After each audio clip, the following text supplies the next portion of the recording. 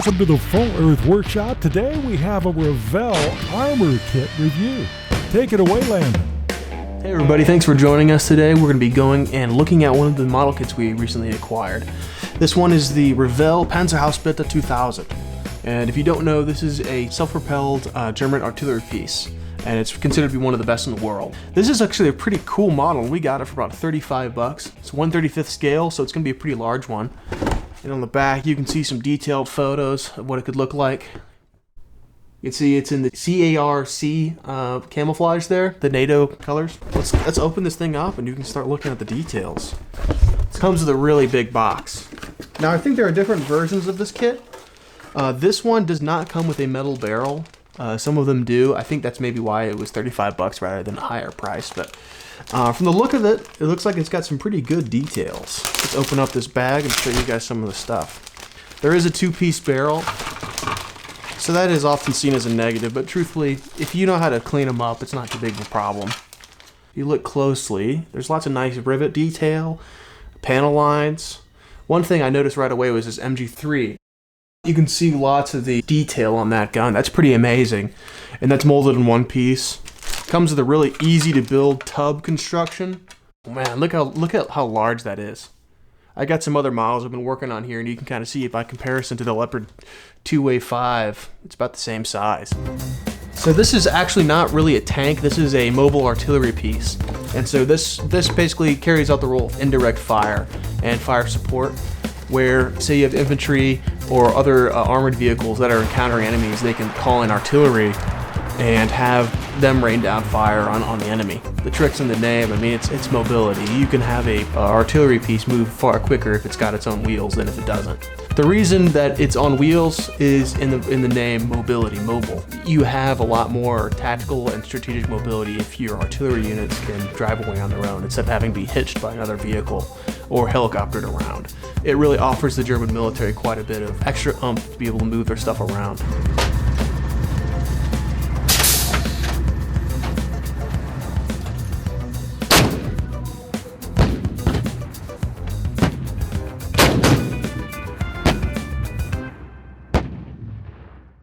And so you see with this, you have the offset turret. And what's cool about that is it looks a lot like those old World War II tank destroyers. And though this isn't really the same sort of thing, it doesn't fill the same role as those vehicles, it looks like them. And so I think a lot of people are really interested in these vehicles because of that. But you can see the level of detail is pretty good. I mean, this is a Revell kit. It is a newer one made in the 90s. But it is nice. I mean, Revell's kind of gotten a bad name for lower quality kits in some areas, but this is actually a pretty nice kit, especially for the price. I mean, for a large vehicle like this, you could expect to spend at least $60 from a company like Meng. And what's kind of cool is it looks like it'll be easy to put together. Here you can kind of see I'm putting the turret part on, so that's how large that will be, and then this turret will go on top of that. Pretty cool.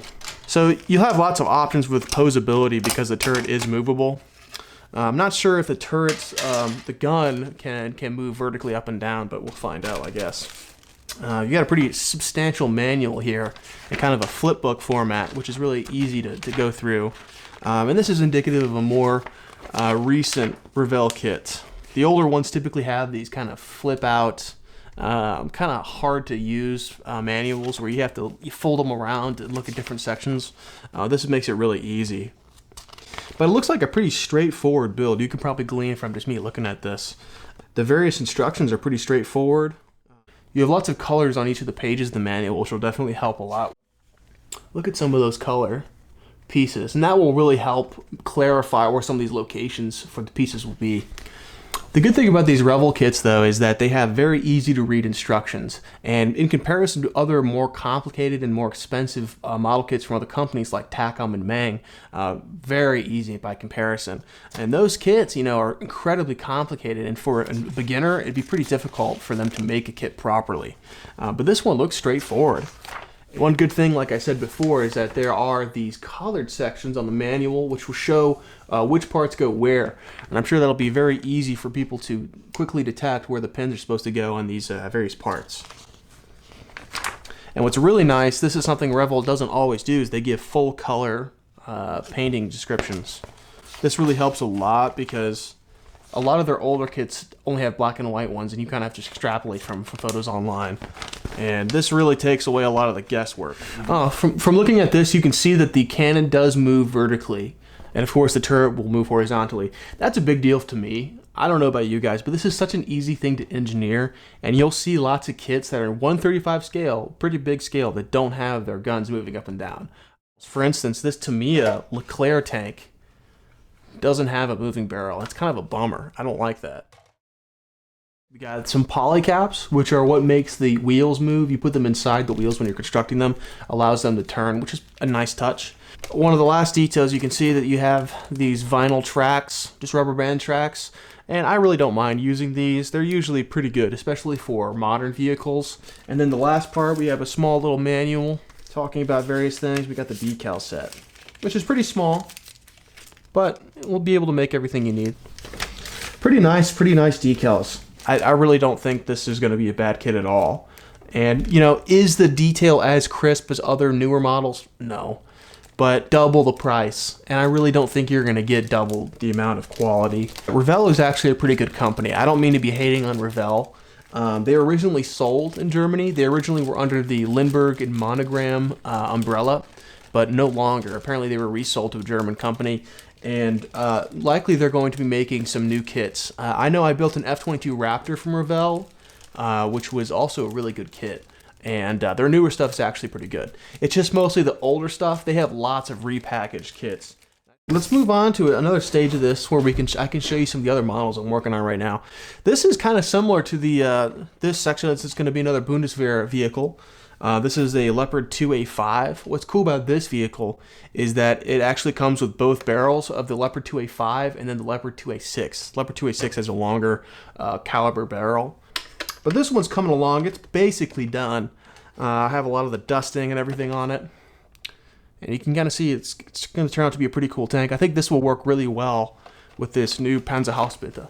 But a couple of the other vehicles that you might see in the works that have this Leclerc tank, which is the French main battle tank. It's been around since the 90s. It's considered to be one of the best battle tanks in the world because it's very highly mobile. And you can see it's got a very long gun. The longer the bore is, the more pressure that can accumulate behind the projectile before it's launched out the barrel. So you're able to achieve higher velocities. I just think Leclerc is a cool tank. You know, it kind of looks like a futuristic vehicle, kind of like the arrowhead of the Leopard 2. Another vehicle that I think is still really cool is the M60 Pad, and this is one of my favorite versions of it. This is the M60 Rise. It's essentially the upgrade kit to the M60 where it received all of these explosive reactive armor pieces. And I just think that's so cool. Look at how aggressive that looks with all those little armor plates on there. Really nice kits. The thing I like about Tamiya is they have these good rubber band tracks. Lots of good detail, but also are easy to use. They're easy to put together. You don't have to spend tons of time making them. And the last kit that I've been building right now is the French FT-17. What's really cool about this kit is that, first off, you get a really highly detailed model, but look how small this thing is. I mean, this is tiny. For 135 scale, this is almost 172 size. But really, really good kit, really lots of detail. But one thing you want to notice about this is it's a Meng kit, and Meng kits, with having lots of detail, they're not really the best engineering. Tamiya kits, the ones back there, are so much easier to put together. And Tamiya always thinks through how everything will go together, and it's always so easy. These Meng kits are really not made for beginners. You know, a lot of these sections that I put together, I would not have been able to do a few years ago. What's really cool about this FT-17 though, is that it comes with a diorama kit along with it, so you can make a diorama. And this one, we'll give you guys an early preview, a trench diorama. I put in all of these little balsa wood planks and put in a ton of mud and grime and stuff. It's still in the works, but what'll be really cool is if this tank will go on here, and you can just kind of see how awesome that will be. You can see there's lots of detail. I cut out each of these individual planks from balsa wood and really kind of made it look dirty. I wanted this to look like a trench that was in use, you know. They might have been prettier in real life. You know, I've seen some photos where the planks are really even, but I think this makes it look more dynamic. But I'm going to add a lot more to this area. I'm going to add some barbed wire, and I'm thinking about even adding some figures to make it kind of a thing in action. Thanks for watching, everybody. I hope you've enjoyed this quick review of the Panzerhaubitze 2000. Really good kit. I mean, for Revell, you know, with sometimes spotty quality, this looks like a good kit, and I really don't think it would be a bad purchase for you guys, especially if you're beginners. So what's coming up next on our channel? We're going to be making multiple videos about these various builds that we have. Since the Leopard 2 is almost done, we'll probably do a quick debut of that. The FT17 is also coming along really well, so you'll probably will show a video of that with its diorama, and then we'll probably eventually do a build video of this. But of course, we're going to work on the Tiger 1 as well. I know you guys have been looking forward to that one, but you can kind of see we're busybodies. We have all different kinds of models we're working on, and it's easy to get distracted. So I hope you guys have enjoyed this video. Thank you for joining us on Full Earth Work.